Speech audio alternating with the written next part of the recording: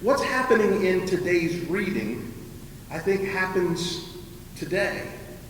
Maybe that's why God put that in the scriptures, because it's a story that's repetitive, that we still need to hear about today. But maybe for a different reason than we think we need to hear it. This is a reading about the Sabbath. Many of you grew up like to be 100% correct and be completely wrong at the same time. Some of you know, as I said, what it's like to be racked with pain and grief or debt or be oppressed or not be allowed to be who you are because what would people think?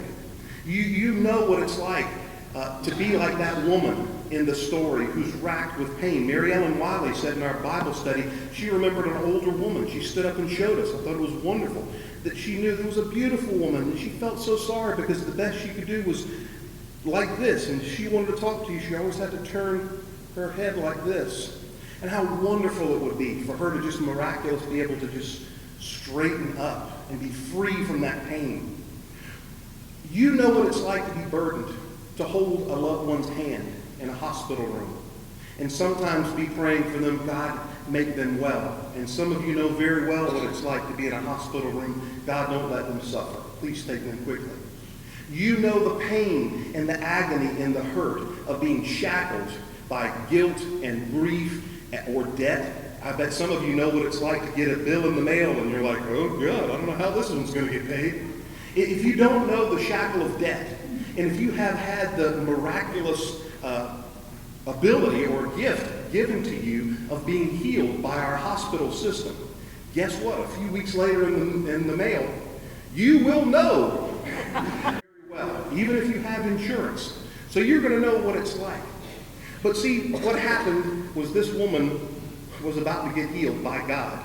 And the church said, come back tomorrow. See, she was stuck. She was in bondage to this disease. And we're in bondage to whatever it is. We're all in bondage to sin. There's not a one of us that's 100% free from sin. We're being freed from our sin. It says plainly in the law of Moses, just exactly what the head of the synagogue said. Hey, you're doing work. God, you're doing work on the Sabbath. Think about the hilarity of that. God, you're working on the Sabbath. Stop that. What? You're seeing the shift, I hope, that happens. Now, we're starting to see that maybe the one that's in bondage isn't the one that we think is in bondage. But isn't it interesting that God takes what binds us, and out of that we can find true community?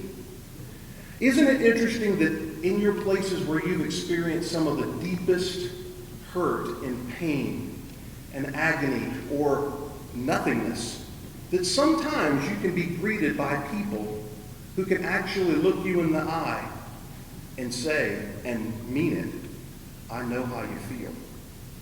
I know what it's like to lose a loved one like that. I know what it's like to have that debt looming over you and not know. I know what it's like. And God has a way of taking our brokenness and our pain and making something beautiful out of it. So in the middle of our bondage and our being stuck, we might be singing this song.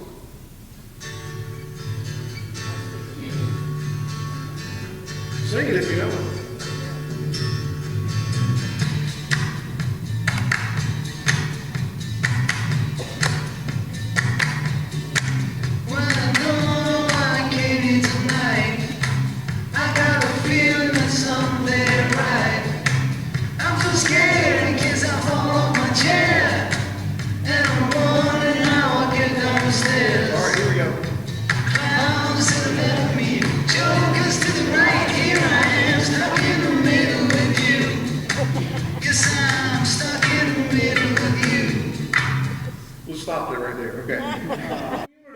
It might be clowns to the left and jokers to the right, but here I am, stuck in the middle with you. We find community right where we might feel our loneliest, our most deserted. when we find people that are also feeling deserted or broken or lonely, God brings and builds true community, not based on, oh, we have the same interests or we have the same background or whatever. It's, I know how you feel. Because what happens whenever we just limit God and our experience of God to only our observance of ritual, it has the effect of putting God in a box. You know, this is my God in a box. I've used this slide for the past number of weeks because it's relevant for every single one of these readings. God's call is important and an urgent call today. Right here, right now, God is speaking to you. God is calling us outside the box. Now, I want you to know, I do believe with all my heart, whatever box that you and I are in, God is in that one. God is most certainly in there. But the challenge is for us to see God outside of our box, outside of our comfort zones, and oftentimes calling to us, saying, come where I am, with the rejected, with the outsiders. Maybe you'll become a person more like Jesus. I want to leave this graphic up here for a second. Here's a donkey, and he or she is tied to a plastic chair. It says sometimes the chains that prevent us from being free are more mental than physical. Is learning to just shut up and listen. I'm being invited to pray at the blessing of a room for autistic children at our local airport. Now, this is a growing edge because to a lot of people on the outside that see an autistic child having a meltdown, if they have no idea, I've even heard people say this. You know, whenever I was a kid, you know what would fix that? They would bend me over and tan my hide. Well, you don't know anything about what you're talking about. And I'm one of the people. Until you're invited into that situation and you learn some compassion and caring and you learn about what's going on, then you learn, oh, wow, maybe I'm the one that has the problem. Maybe I'm the one that needs to grow. But wait, that's hard, God.